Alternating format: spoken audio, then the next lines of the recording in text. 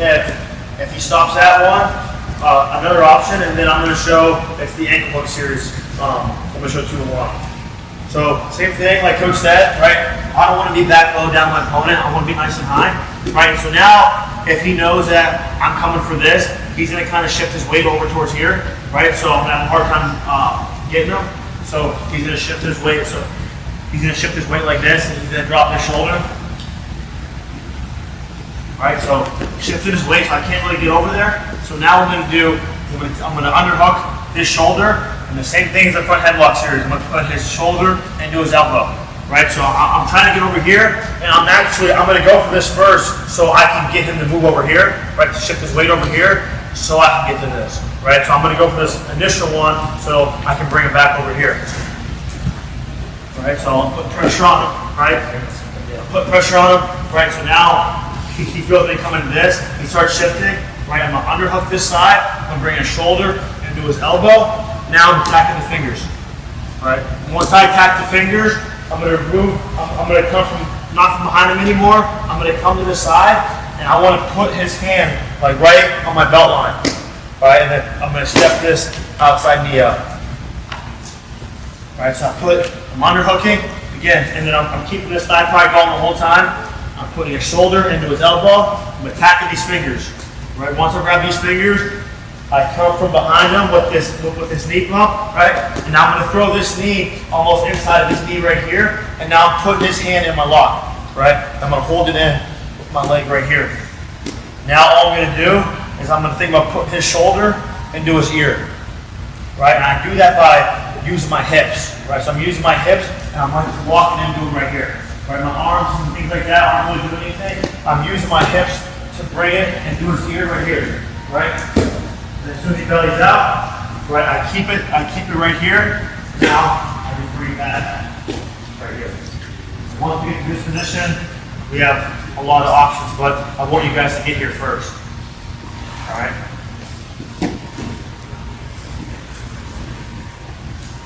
So then same thing, off the whistle, going karate chop in the armpit. I'm not using my hands are still free, because a lot of times, once I get here, he's going to be hand fighting this hand. Right, so he's hand fighting this hand, right, and then I can re-grab this right here. So I want to use my hands as bait as well, right?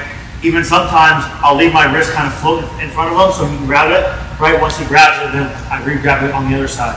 And now I can just knock him down. That can go to my tilt series. Right, so that's why I don't want to occupy my weapons, right? I think my hands as weapons, so if I'm occupying them, then I can't use them when I need them, right? So I want to use everything else in the meantime. Alright, so karate chop, off the whistle, up with the armpit, going thigh pry. I'm using this back knee, right? I'm driving forward.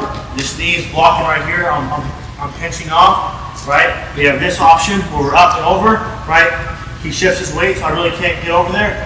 I'm underhooking this side. Right here, I'm putting his shoulder into his elbow. I'm attacking these fingers. Now I'm going to run to it, right?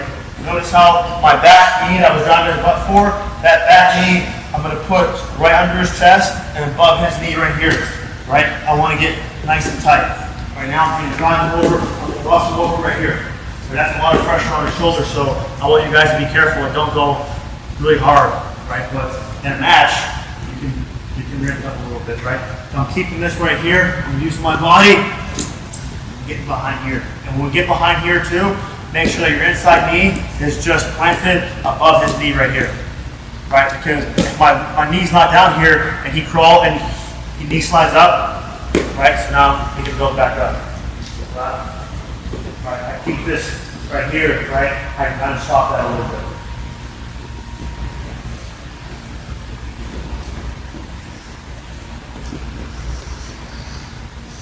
All right, now the other one, same thing, again, same series. Now, the ankle hook ride, I'm going to drop this knee, right, that's on his quad. I'm going to drop it down right here, and now I'm going to start driving forward, and I'm going to bump his knee back, right? And as I'm doing that, this karate chop hand right here, I'm almost like using my forearm, my elbow, and I'm keeping this arm forward, right? Because if he can bring this arm back, right, then I'm not going to extend him.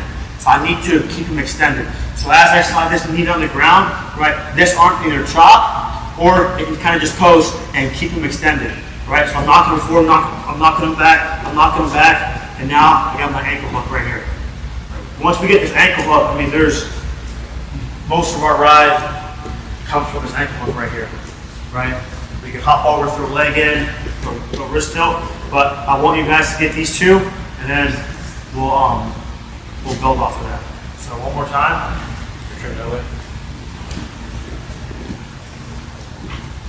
So again, same thing, guys. All right, side front, karate chop. Right, knee at the butt, elbow to toes. High up on his shoulder blades. His knees blocking the side. Right, I'm dropping this knee down to the ground. This knee is still driving.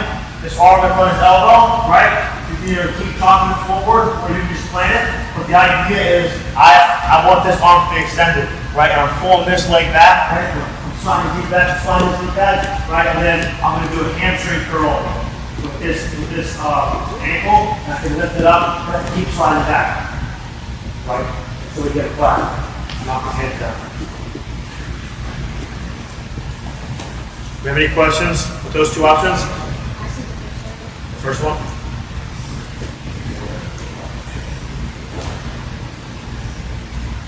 Right. Drive the top of the outfit. Drive the forward off the face. Get the butt on my toes. I'm high up on his back. I have the knee blocking the side. So now he knows that I want this to move right. He knows I've already done that to him. So now I'm going for it again. Start shifting his weight. Right. So now I'm unhooking his near side shoulder. So I'm thinking about putting the shoulder into his elbow. Right now I'm attacking his fingers. Right. We need 4 fingers for it to be illegal. Right. So all I'm going to do is knee up his butt. I'm going to circle up front. Right, and I'm putting this hand right at my belt line right here. I'm putting this hand right at my belt line. I'm bringing this knee at the trap. Right now, all I gotta do is use my hips and put a shoulder into his ear. Right, just keep walking him over. A lot of times too, you can walk this head. The guy's not that good, but usually, right, it'll be tough to fight the pain. And you can put it right here. Now, I'm stepping this foot right where his kneecap is, right here. Right, I don't want him knee sliding and build back up. It's right here. And we're putting this hand in his far pocket right here. Any more questions? Those 2 breakdowns? All right, let's give it a try. 3, 2. Oh my gosh.